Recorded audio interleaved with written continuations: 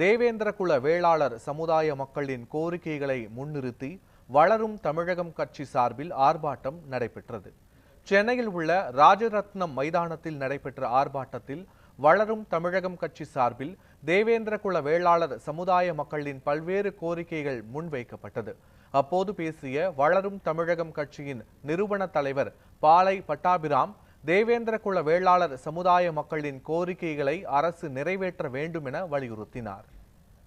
தேவேந்திரகுல வேளாளர்கள் என்று நமது அரசியல் அதிகாரத்தையும் பட்டியல் வெளியேற்றத்தையும் பெற வேண்டும் என்று சொன்னால், நமக்கான உரிமை சேப்பு பச்ச கொடியை பிடிச்சிட்டு என்னைக்கு சாலையில இறங்கி நம்ம போராடுறோமோ அன்றுதான் இந்த அரசியல் அதிகாரத்தை பெற முடியும்